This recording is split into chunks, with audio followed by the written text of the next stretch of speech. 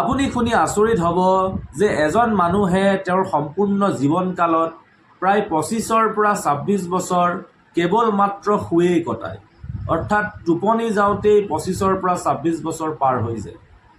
ধৰি লওক এজন মানুহৰ আয়ুস 80 বছৰ, অৰ্থাৎ এজন মানুহৰ সম্পূৰ্ণ জীৱনকাল হৈছে 80 বছৰ আৰু প্ৰতিদিনেই তেওঁ 8 ঘণ্টাকৈ শুৱে।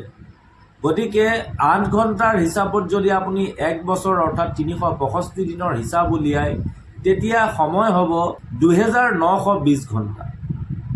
আৰু এইদৰে যদি আপুনি 80 বছৰৰ হিচাপ উলিয়ায়, তেতিয়া হ'ব 2,33,600 ঘণ্টা, অৰ্থাৎ 25ৰ পৰা 26 বছৰ।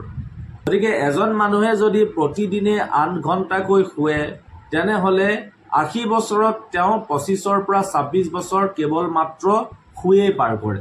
এতিয়া 80 বছৰৰ জীৱনকালত কেৱল মাত্ৰ 55 বছৰহে আমি জীয়াই থাকোঁ। এতিয়া আপুনি বাৰু জানেনে যে কেৱল মানুহ বা জীৱ জন্তুৰ প্ৰতিয়ে নহয়, আমাৰ কিছুমান অবজেক্ট বা বস্তুৰ প্ৰতিও আমাৰ এটা আৱেগিক সম্বন্ধ গঢ়ি উঠে। যিটো বস্তু আমি পচন্দ কৰোঁ বা যিটো বস্তু আমাৰ ভাল লাগে, সেই বস্তুটো যদি আমাৰ কাষত থাকে বা আমাৰ লগত থাকে, তেতিয়া আমাৰ এটা সেই বস্তুটোৰ লগত আৱেগিক সম্বন্ধ জড়িত হৈ যায়। কাৰণ সেই বস্তুটো দেখাৰ লগে লগে বা সেই বস্তুটো স্পৰ্শ কৰাৰ লগে লগে আমাৰ মনত এটা ফূৰ্তি আহে, এটা আনন্দ আহে। আৰু সেইটো যিকোনো বস্তু হ'ব পাৰে, একেবাৰে সৰু বস্তুও হ'ব পাৰে বা কোনোবা এটা ডাঙৰ বস্তুও হ'ব পাৰে। ইয়াৰ উপৰিও কিছুমান বস্তুৱে আমাক কিছুমান বিশেষ মুহূৰ্ত, কিছুমান বিশেষ স্থান বা কিছুমান বিশেষ ব্যক্তিৰ কথা মনত পেলাই দিয়ে, যাৰ বাবে সেই বস্তুটোৰ প্ৰতি আমাৰ এটা আৱেগিক সম্বন্ধ গঢ়ি উঠে। যেনে ধৰক কোনোবা এজন বিশেষ মানুহে আপোনাক কিবা এটা গিফ্ট দিছিলে, ধৰি লওক এটা ঘড়ীয়ে দিছিল বা এটা কফি কাপ দিছিলে। যেতিয়াই আপুনি সেই বস্তুটো দেখা পায় বা সেই বস্তুটো আপুনি স্পৰ্শ কৰে, তেতিয়া হয়তো আপোনাৰ সেই ব্যক্তিজনৰ সেই বিশেষ মুহূৰ্তটোৰ কথা মনত পৰি যায় আৰু আপুনি আৱেগিক হৈ উঠে আৰু সেই বস্তুটোৰ প্ৰতিও আপোনাৰ এটা আৱেগ জড়িত হৈ যায়। ইয়াৰ উপৰিও কিছুমান বস্তুৱে আমাক অকলশৰীয়া সময়ত বা আমাৰ দুখৰ সময়ত আমাক সংগ দিয়ে।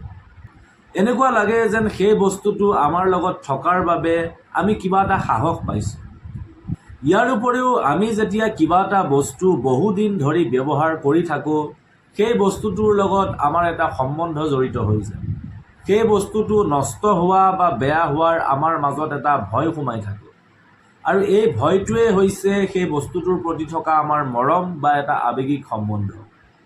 গতিকে সকলো মানুহৰে হয়তো কিবা নহয় কিবা এটা বস্তু থাকে, যিটোৰ প্ৰতি তেওঁৰ এটা আৱেগিক সম্বন্ধ বা এটা মৰম জড়িত হৈ থাকে। গতিকে আপোনালোকৰ এনেকুৱা কি বস্তু আছে যাৰ লগত আপোনালোকৰ এটা আৱেগিক সম্বন্ধ জড়িত হৈ আছে, মোক কমেণ্ট কৰি জনাব।